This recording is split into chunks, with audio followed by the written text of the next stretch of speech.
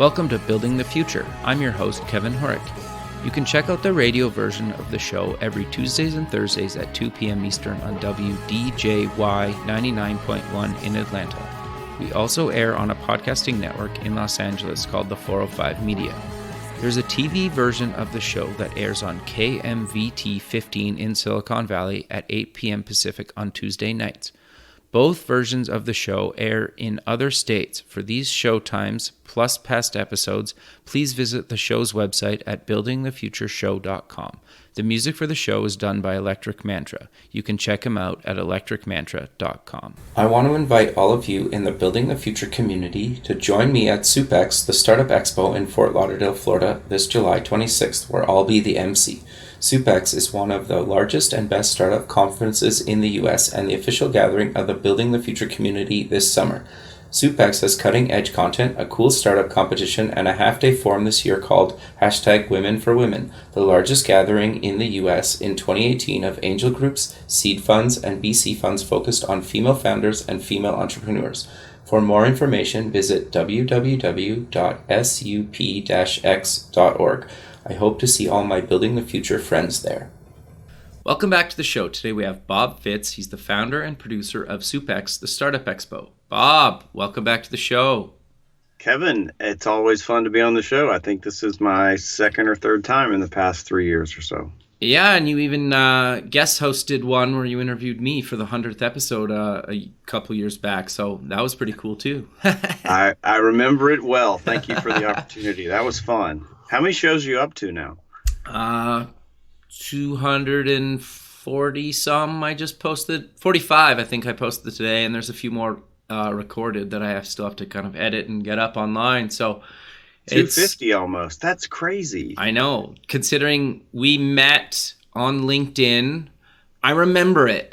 I was working a booth at a trade show for the startup I was working at, and I remember I think I got your connection request on LinkedIn, and then I was literally like, "Hey man, I'm launching this radio show. Do you want to be a guest?" And you were like, "Absolutely." And then you were like, "Do you want to come down to Supex?" A few months later, and I came down and we met in person, and we've been kind of doing things together ever since. So kind of a wild, LinkedIn has brought me a lot of the things I've gotten kind of in my career.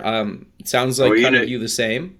Yeah, I'm a LinkedIn fan. Totally. I have gobs and gobs of LinkedIn contacts, and it helps me all the time. Sure. So maybe before we kind of get into everything we're going to talk about today, for people that don't know you or not connected with you on LinkedIn, because you have a ton of LinkedIn connections, let's get to know you a little bit better and maybe start off with where you grew up. Yeah, so I was a corporate brat. Everybody's heard of military brats, but I was a corporate brat, meaning that, my dad worked for some good-sized corporations, and when he got transferred, we moved. So I actually was born in Los Angeles, believe it or not. My young 60s parents went out to LA from Tennessee to see the big city, and evidently I was produced and created there. And we only stayed about 6 months, evidently, and moved back to Tennessee. And my father worked for, AC Nielsen, the marketing research company, and then decided to get his PhD. We moved to Tuscaloosa, Alabama. That led to his first job after his dissertation, and that was in Birmingham, Alabama. And then they transferred him to Birmingham, Michigan, which is a Detroit suburb. I went to high school in Birmingham, Michigan, and Birmingham Sea-Home, if there's any Sea-Home listeners. And then they got transferred to the headquarters, which was in Atlanta. And I was really there just in the summers. At that point, I had gone off to college, and I was in college in Virginia. And then I got out of collole and so what did you take in college, just out of curiosity? Well, beer. I wasn't a really good student. I was on the half decade program, and I was a history major, and my only saving grace at all was I was really involved. Ran a ton of committees and stuff like that, and so I got a lot of good experience doing that. But I was a pretty mediocre student, to be honest. So out of college, the employers weren't pounding my door down, and I got a job as a paralegal in a huge law firm, and it kind of woke me up and made me realize that I needed to get my stuff together. That with an infamous lecture from a close friend of mine kind of made me decide that it was time to grow up. And then I set my eyes on really business school, went off to Washington, D.C. after living in Richmond, Virginia for a while, and went to George Washington University, got my MBA at night while I continued to work as a paralegal and then as an analyst for a small muni bond investment bank.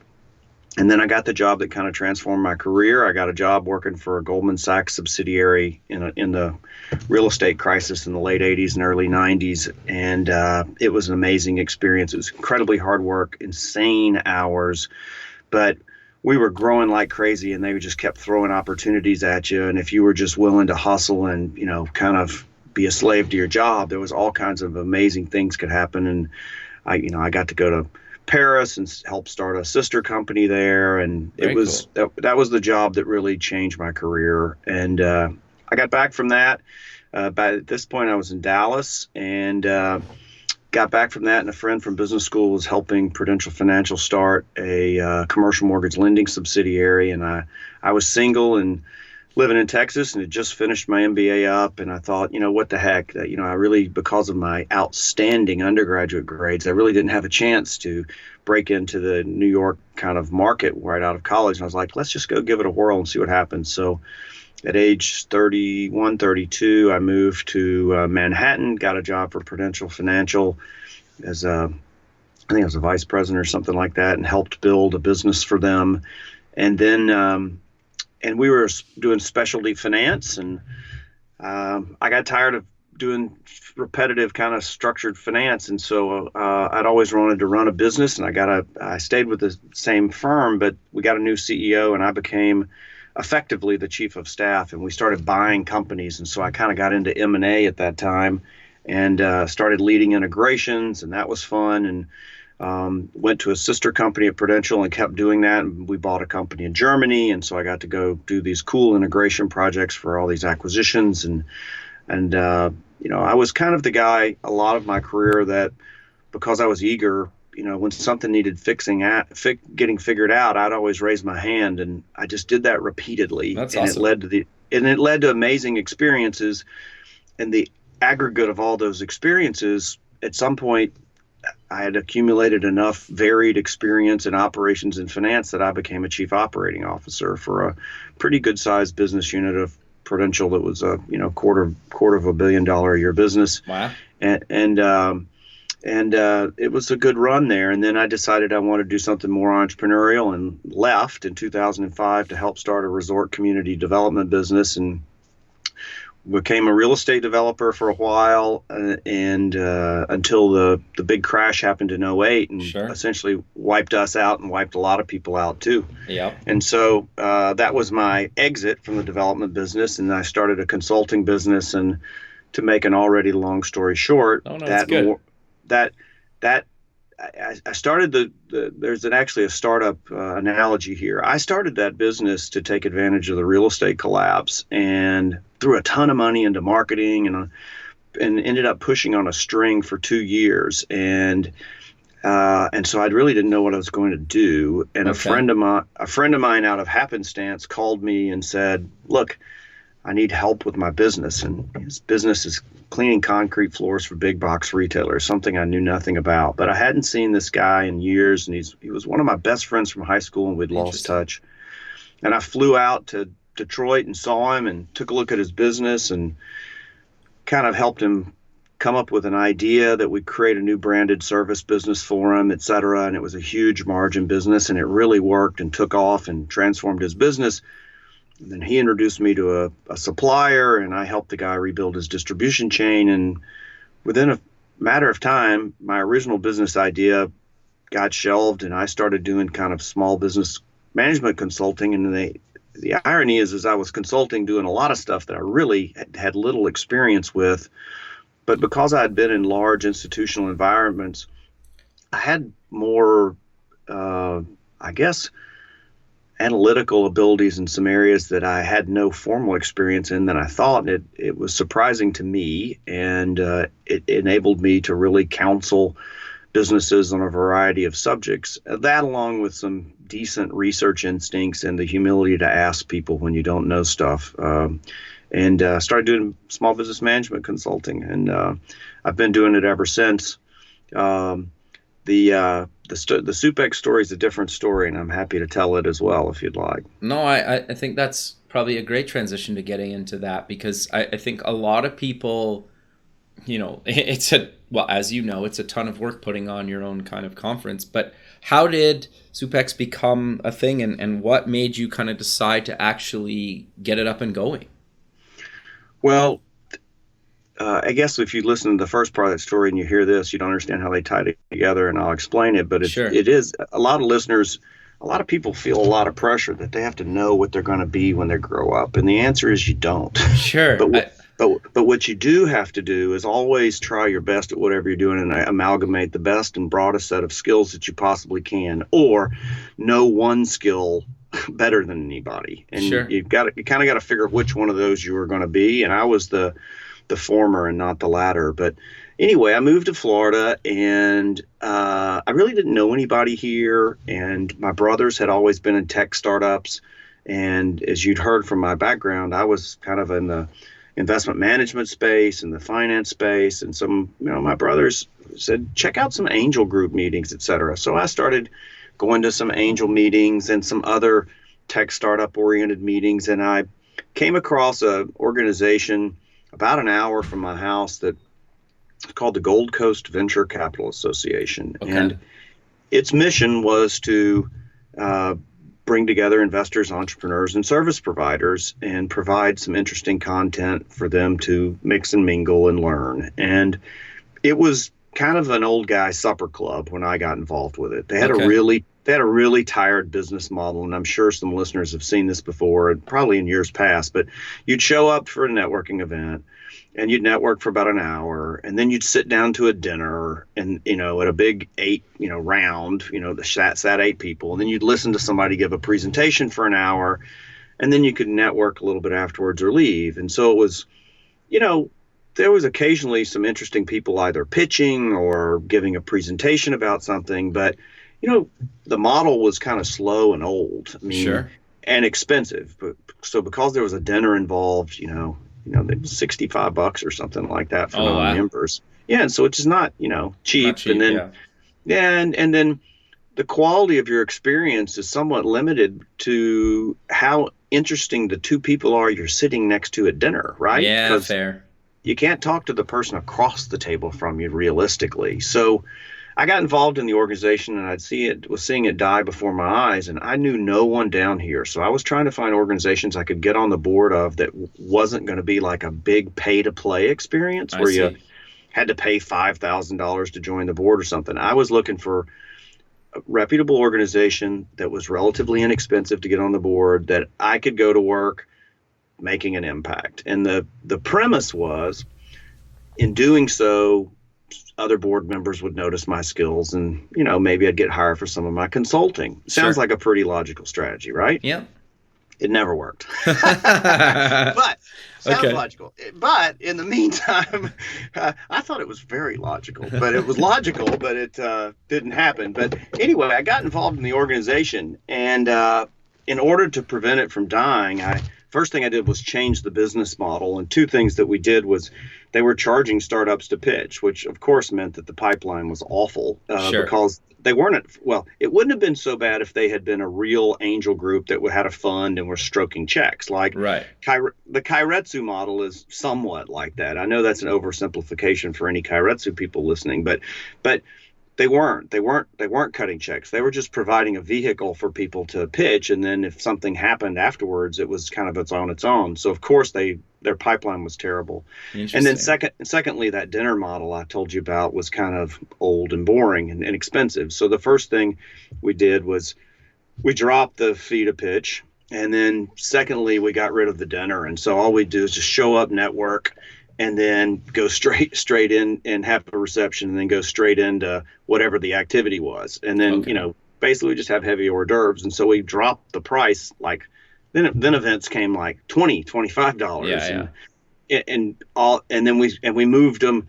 We were in a hotel, and we started also, the hotel was a great central meeting place, but we started slowly moving around. Occasionally we'll go to a co-work space, and we started moving around. And so, and then the other thing is, and that was helping. And we got a new website. We hired somebody, a graphic designer, and did a new logo and put in a new CRM is kind of a fancy way of saying a very small management system for the little membership we had, but it sounds much more impressive if I say we implemented a new CRM, but sure. But it really wasn't that complicated.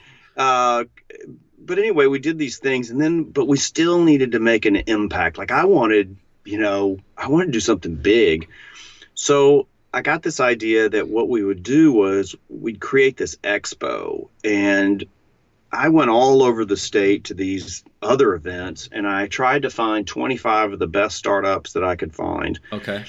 And then at the same hotel where we had been doing some of the events, I rented a ballroom or two, and we put 25 startups in there, and we recruited, I remember it was 14 corporate sponsors who paid $1,000 a table. Okay. And then we had a decent email database, and at that point, people, this was 6-7 years ago, people really weren't doing Twitter much then. And, right. But we still managed to get 350 people to show up, and a couple members of the press, and some articles. Awesome. It was, for us, it was the biggest thing they had done in 10 years or more. And so that, and we couldn't get anybody to partner with us because everybody knew we were kind of stodgy and old and tired. And that event made people open their eyes. They're like, wow, what was that? And so that's kind of the turning point for the organization. And then we created a second event, and it was called Meet the Angels. Okay.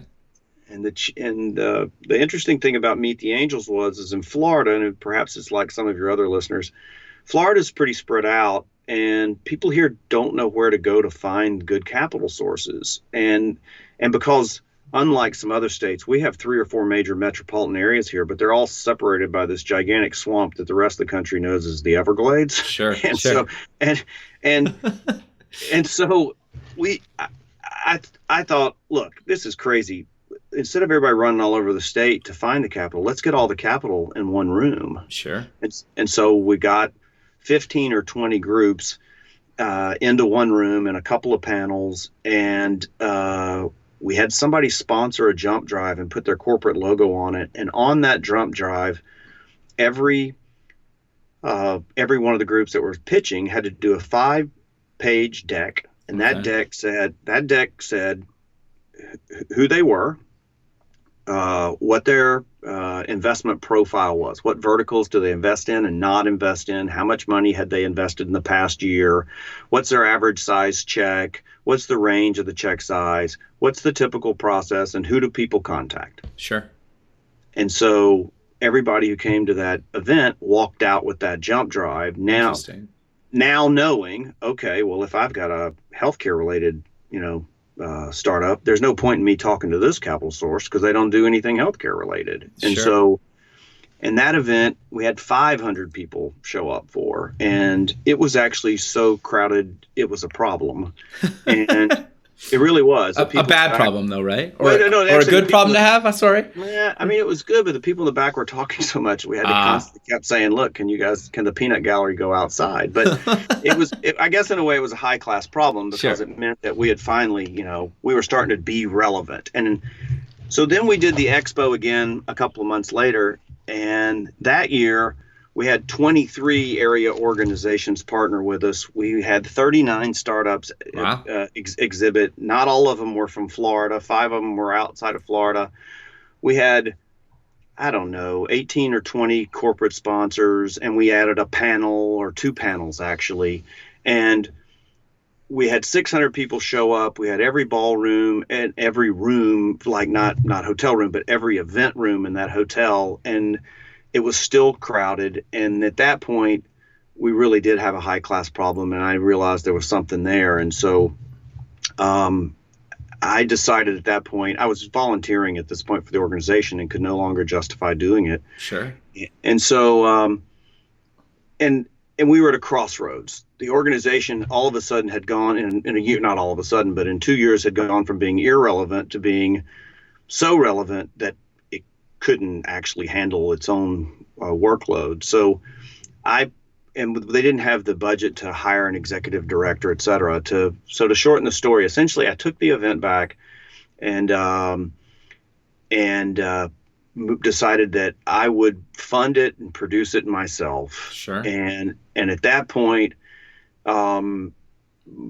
my wife actually encouraged me, a decision she may have now regret, by the way. But my wife said, you're pretty decent at this. Why don't you do something with it instead of just let it go because the organization can't do this anymore? And sure. so my thought was, look, I'm going to go big or go home. And so we decided to move it into a convention center, and we rented like the whole third floor of a convention center, which was a little more space than we needed. It was delusions of grandeur.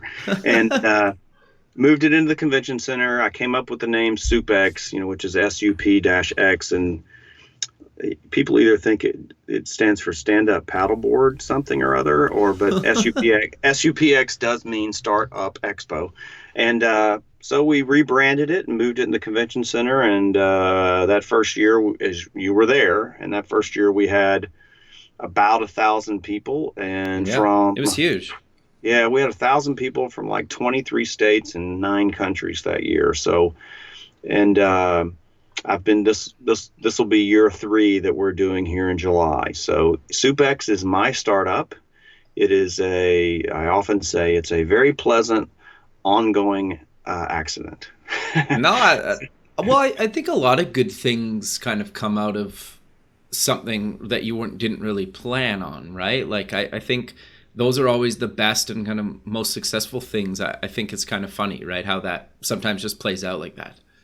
Well, if people are listening and heard the first part of my story, they're probably scratching their head as much as I am as to how I came to my full-time occupation, at least for 6 months of the year, is producing a very large national startup conference and really international to some extent, even though sure. The international visitors are small, but technically we're international. Yep. I mean, but it's an interesting path. It's my startup, like a lot of startups that are listening there. I'm not yet profitable if that profit includes paying the founder.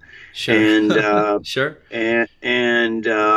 But I'm, as a friend once described me, I'm kind of like a dog with a bone caught between my teeth, like you're not getting the bone. And sure. I really want to see if I can do it for a couple of reasons. I'm competitive and I want it to be successful, just because like anything else I try, or most people try, they want it to be successful. And 2, I really like it. And I love what I do. And there's a lot of things I love about it, but you've met me and yep. I'm reasonably outgoing. So, the fact that I can get 1,000 plus people all in one spot and they're having a great time excites me. Like, I really enjoy the fact that it's like an educational party and it's fun. And probably the most fun thing about it, and the thing that really inspires me to keep doing it, is, and this is selfish, I'll admit it, but I get to meet really intelligent, upbeat, smart, optimistic winners. Yeah, in interesting. Life, winners in life from all over the world. Sure. And that is a positively reinforcing energy that is healthy to be addicted to, and I have the addiction. And I really extract something amazing from the people that I'm able to interact with, and it inspires me, and it's fun. We have a really fun event. I go to a lot of events. I like my own event, I'm honest. And we try to create great content where people can learn, and we try to have an environment where we attract cool people, and all of those people can learn and enhance whatever business they're in by intermingling. And it's really fun. No, I 100% agree. I think the interesting thing too is like to just kind of reiterate your point. Like part of the reason I love doing the show so much is you get to talk to people kind of all over the world, kind of doing what they do and they're passionate about. And that kind of also that passion kind of rubs out on you. So I totally get that. And it makes a lot of sense. And the one thing, I've been to a ton of events too over the years. And the one thing that I noticed about Supex is everybody was like open to network. Like it's like if you made eye contact with somebody, you just like shook hands and started chatting, which a lot of networking events are kind of like everybody's kind of curled up in the corner and like on their phones, right? Where it wasn't not like that at all, right? Like I was actually surprised at how many people I met. And I think I've told you this before, like 6 or 8 months after the conference, like I was still interviewing people for the show that I met, at Supex. So it was a crazy good event for me from like even just like a networking kind of recruiting guest for the show. And it pleases me so much to hear that, and I'm glad. That's exactly what we want. And, sure.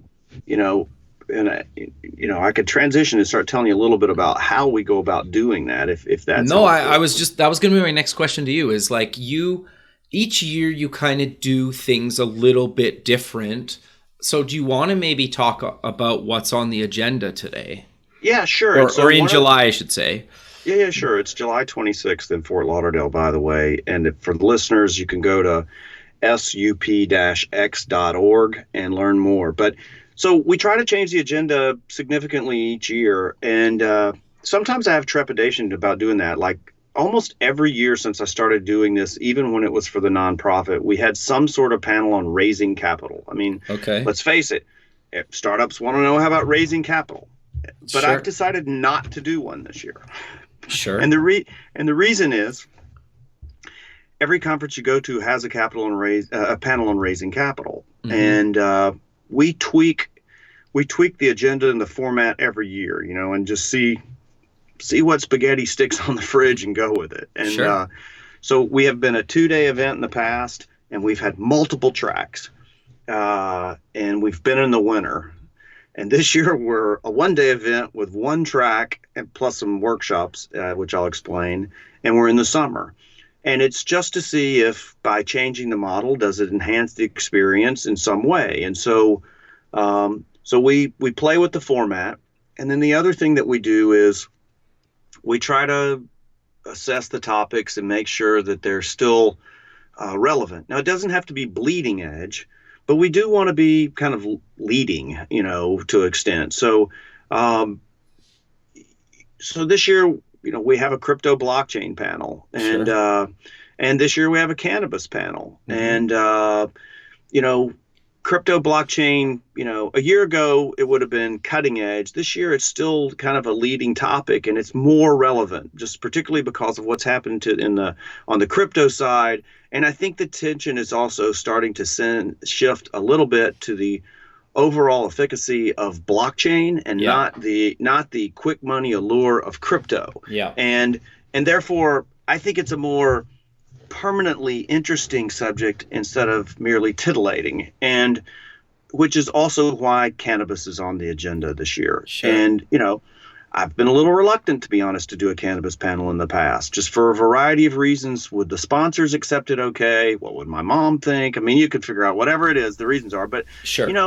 But the issue, actually in Florida, there's legal complications. And so, but my thinking's evolved. It's, there's a more mature discussion around it. It's not simply a backdoor way of, for elites to, legally get their dope. Sure. There's more serious discussions to be had.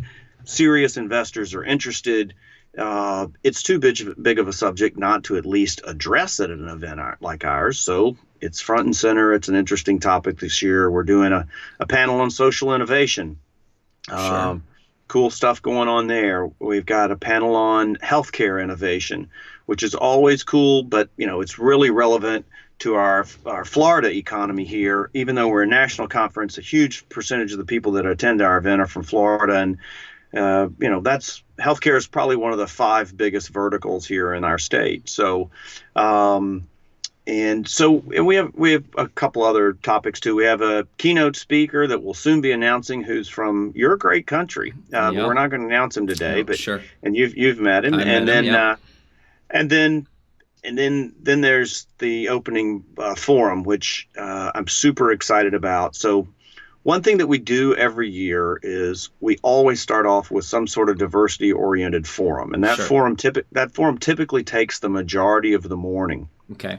And the reason we do it is obvious. It's just some of these communities are underserved, underaddressed, and need more access. And so 2 years ago, that was a Women in Entrepreneurship Forum. And last year, we broadened that in response to some feedback for other communities. And so we made that a Diversity in Entrepreneurship Forum. And this year, it's what we're calling #Women for Women. Okay. And we're trying to make it the largest gathering of angel groups, seed series funds, and VC funds in the U.S. in 2018 that are focused on female founders and female entrepreneurs. And I'm really excited about it. It should be super cool.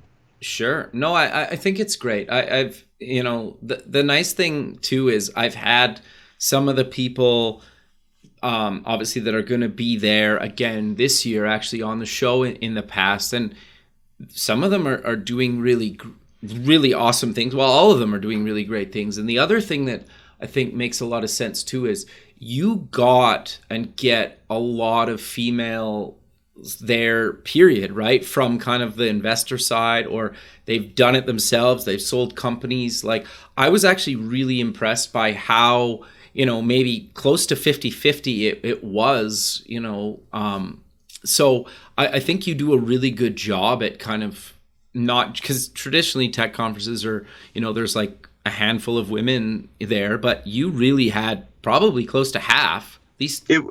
So last year, your perception is close. Last year it was, I think, 60-40-ish. And that, someone who doesn't go to tech conferences might say, oh, that's not very good. Well, for tech conference, that's actually great. It's typically huge. It's a dude fest. Yeah, totally.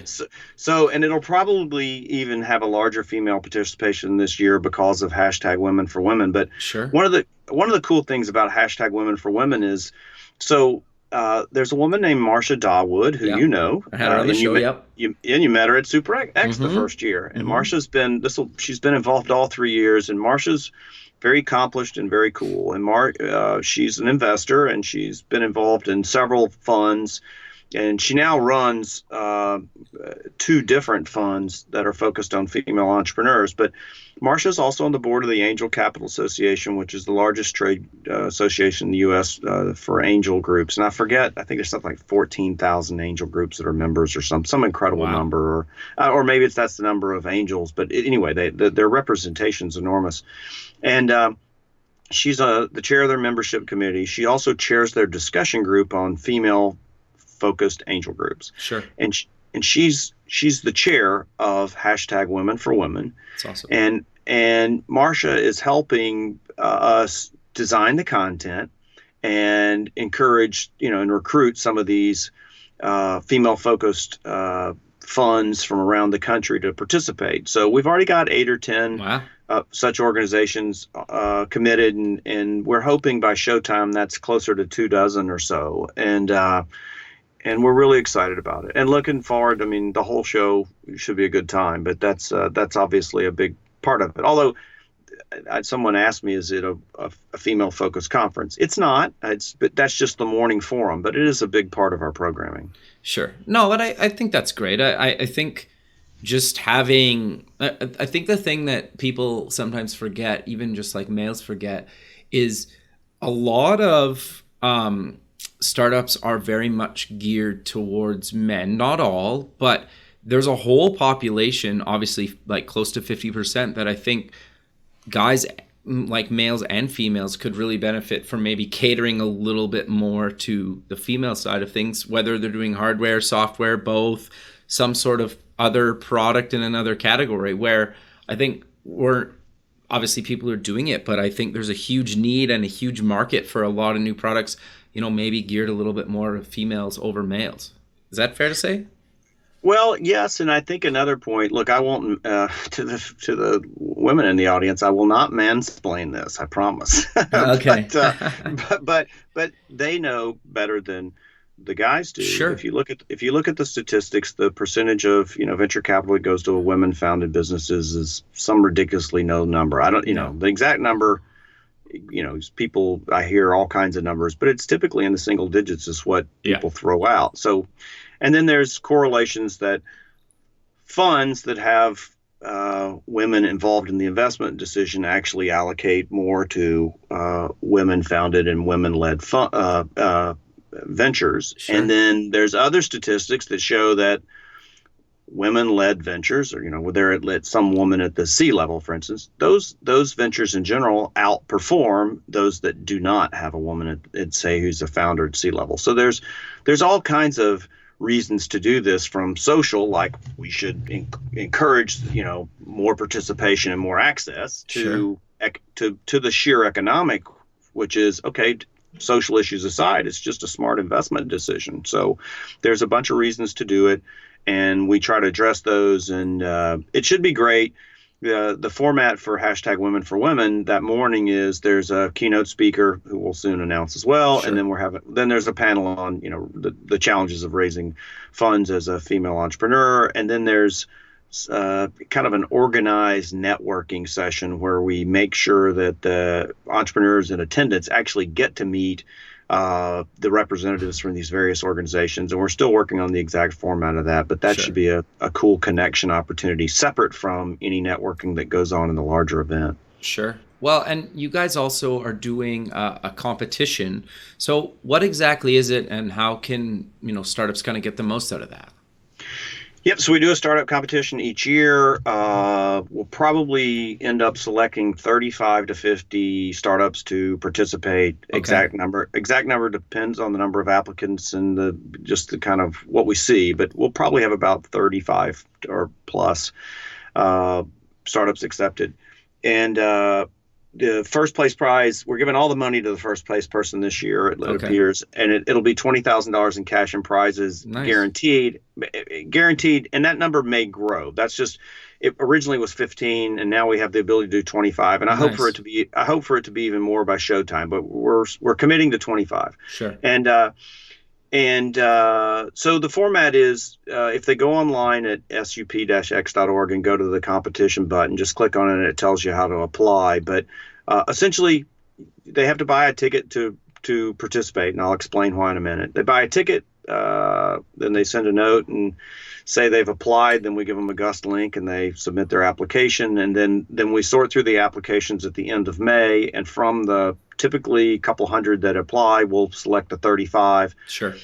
There'll be booth opportunities for those 35 so that they get to exhibit. And I'll talk about that in a minute. Yep. And then 5 that day are announced as the finalist, and they'll go on stage as the final event of Supex and pitch before a panel of judges, and the judges will select the event winner, and we'll hand out the big clown check and run off to the bar to have the closing reception. So 2 questions that I want to preempt and ask myself, if it's okay, Kevin. Why do we make people buy a ticket? Okay. And the reason is, as I said, it's my startup, and we're thinly staffed. And when I say thinly, you're talking to the staff. And that's awesome, though.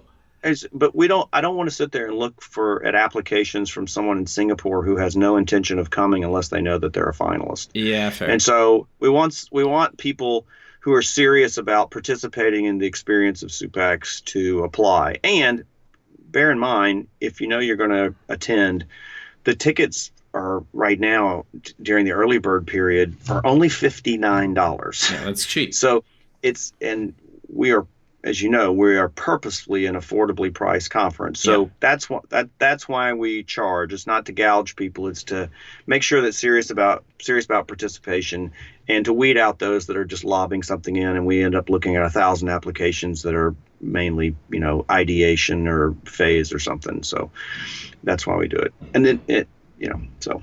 No, I think that makes a lot of sense. And I was going to ask about cost in a second, but you just kind of covered it. So I think the other thing that you touched on that's worth mentioning is you do have an exhibit hall, and obviously people exhibit in there, but what exactly is that? Because I got a lot of value out of that, just kind of talking to people and meeting people in there. I thought it was really great. Well, I'm glad you enjoyed it, and it's a fun part of the overall experience. I mean, Expo is in our name, so we have about 100 exhibitors, and so if 35, as I said, or so, 35-ish will be startups, and the rest will be corporate exhibitors, and then exhibitors from the ecosystem, the startup ecosystem. Right. So accelerators, co-work spaces, nonprofits devoted to entrepreneurship and the like. I mean, it's a festival for startups. So that's who makes up the exhibitors. And if you go to the website and click on exhibition opportunities, or I can't remember what the name of the button is, but there's sponsorship brochure in there. Yeah, there's a sponsorship brochure in there, and it's reasonably priced. There are sponsorships in there from, I think, $1,000 or $500 for nonprofits, all the way up to $20,000 or something. But to get a booth generally for a for-profit company, it's like $1,250, which is pretty reasonable for a one-day event with the kind of attendance that we have. But on the subject of booths, exhibiting, and startups, one thing that I do notice sometimes at our event and other events, and this is a lesson I'd like to offer to startups and to attendants or listening, and that is, I think in relative to startup competitions, that too often the startups involved solely focus on the size of the prizes and not enough on the value of the exhibition opportunity. Sure. And frankly, if they have a chance at any big event to get the booth, it doesn't matter what the prize is. I mean, if it's $100,000 and 50 people get a chance at it, well, your expected monetary value is $2,000. I'm promising you that booth or table's worth more than that. Sure. And that's just, it sounds so obvious, but so often I see people only look at competitions that have 100,000, 200,000, or whatever. I don't think it really matters for them. What matters is who's in the audience. Yeah, totally. and how good of an event is it? And it's not solely about meeting investors, but it's important to understand, that a decent number of investors show up, and we typically get about 20% of our audience as accredited investors. But you never know what potential partner you're going to meet, what potential partner, what potential client / customer you're going to meet, or future employee. Or an attorney. Let's say you meet an attorney or accountant, and your inclination is, okay, I don't need to meet an attorney or accountant. You don't know who their clients are. Sure. And they do think about that. And so, all it takes is meeting the one right person, and that relationship capital. That's how I heard somebody refer to it once. Relationship capital. Interesting. That relationship capital is worth a lot, and I also think it's just an awesome opportunity, although it doesn't feel like it at times, to be asked 400 times in a day about your business. You get really efficient at it after a while, and that's good for you, So I'm a big fan of the exhibition opportunity for the startups. I just think it's an experience that some overlook, and we try to provide it knowing how cool it can actually be for them. Sure. And is there any other advice that you'd give people to, kind of how to do a conference kind of properly? Because I think a lot of people, sometimes go and then they go to the 2 or 3 talks that they want to see and then just kind of check out because they're maybe kind of scared to go to networking or go to the exhibit hall and talk to people. But do you have any advice how they can kind of get the most out of Supex? I think people interact with conferences based on their personalities. And so there are people that go to conferences and just go to panels. And it's particularly if there's a technically oriented panel and they're technically oriented, they go to learn. Sure. Or a workshop. And that's a really smart use of your time, and you're learning what is coming down the pipe for your respective area of expertise. That's smart. I, on the other hand, go to conferences to network. I Sure. like to meet people. And so I personally don't go to a lot of panels or speeches. I go and interact with all the exhibitors and then the people, et cetera. And then there's the healthy in between. So the two extremes are just panels and then people who just network. And then you combine as much as you like. I think some people are intimidated by networking as part of the issue too. Totally. And you and I have talked about the subject on other shows. There are better ways to network that take the pressure off you. Sure. First of all, you don't have to come out of an event with 50 business cards. Yeah. Set a realistic expectation that if you were to meet 3 or 4 really cool people that day, it would be a great day. If you meet 50, it could be great if you have other purposes, but set realistic expectations and have an icebreaker, question in your pocket that's always good to go to. And it's not, why are you here? but, it's, have something, some good, question to ask. Oh, did you go to the panel? Did you enjoy it? Anyway, but icebreaker is always good to have. And I usually suggest standing within about 8 paces of the bar with a cocktail in your hand. It's great, and a smile on your face. You'll meet a lot of people that way. Sure. Well, and I also think too, just kind of in my experience, is if maybe bring a friend if you're that's a little bit more outgoing, right? Because they'll haul you around and they'll introduce you, as well, right? Or there are a variety of places in life, Kevin, that wingmen and cocktails are very, very appropriate. Yeah, very much so. I 100% agree. I think, yeah, no, you're not wrong.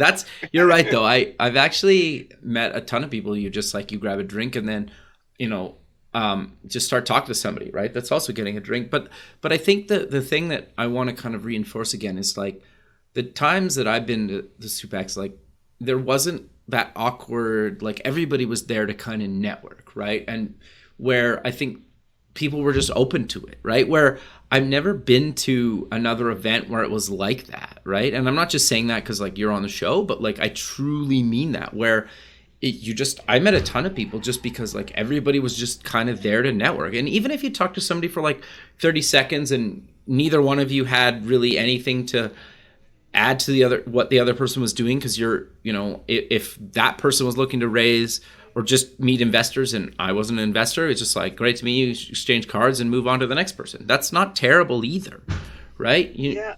I think part of that, honestly, is because a huge percentage of our attendees are Floridians, and they're generally friendly people. It's been my experience in living here. So, and they're pretty welcoming and relaxed. It is part of the South, and so I think that reflects on kind of the vibe people get, and then we do try to create a relaxed, fun vibe. It's not some snotty conference, and some conferences can be. It's not who's the coolest kid in the crowd kind of thing. Sure. It's about people having a great time and meeting and learning and just really advancing whatever it is they're into. Well, and the other thing too, at least from my experience, is a lot of the speakers and investors and anybody that was kind of on panels or actually up on stage actually went to the reception and the party, where I find a lot of times you have a speaker just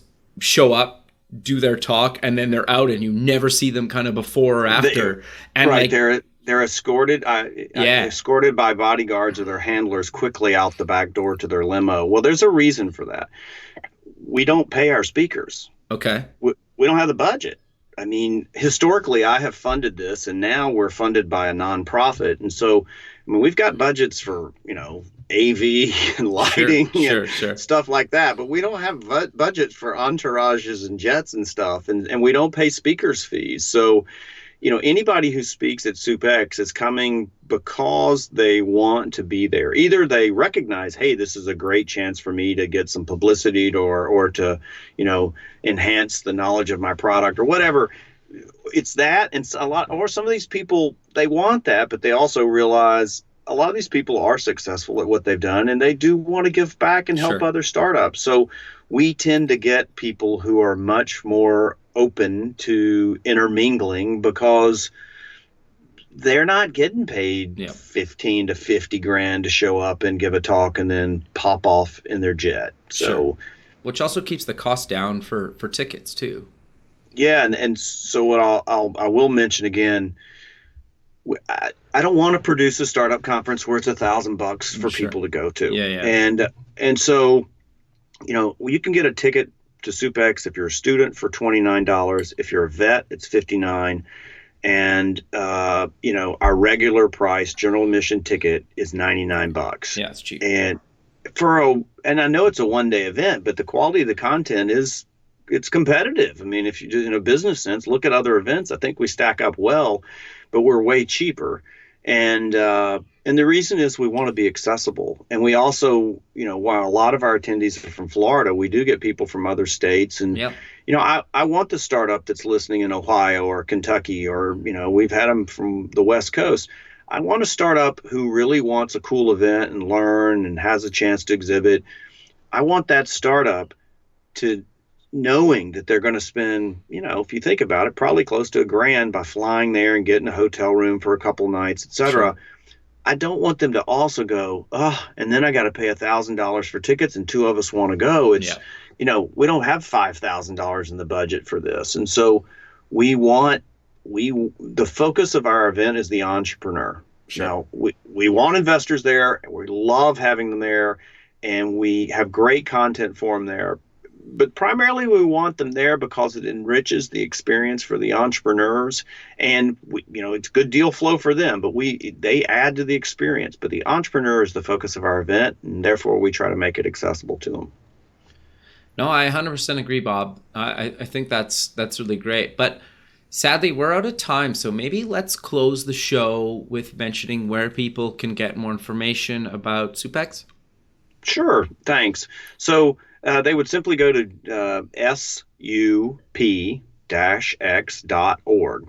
SUP-X.org, and there's pretty much anything they want to know on the website. And I think there's a contact button on there somewhere. Yeah. They could probably email me directly if they needed to. But that's where they'd learn more. And again, it's on Thursday, July 26th. There'll probably be some unofficial gathering or meetup the night before. Sure. But if the official program starts the next morning at 8:30, it's all day. And then we wrap it up with a closing reception. And there's a VIP party. And then that's a wrap. Perfect, Bob. Well, I really appreciate you taking time out of your day to be on the show, and we'll keep in touch, and I look forward to seeing you at Supex. Well, before we sign off, Kevin, sure. The most important thing, you're emceeing the show. That's correct. I will be there emceeing. So if not, you'll know two people there. If you come, you'll know me and Bob. Can't wait to have you there. Good. Looking forward to seeing you, Kevin. Me as well, man. All right, you have a good rest of your day, and we'll talk soon. Thanks, Kevin. Thanks. Bye. Thanks for listening. Please visit the show's website at buildingthefutureshow.com. Also check us out on Facebook at Building the Future Show and follow us on Twitter at Building Show. The music for the show is done by Electric Mantra. You can check him out at electricmantra.com and keep building the future.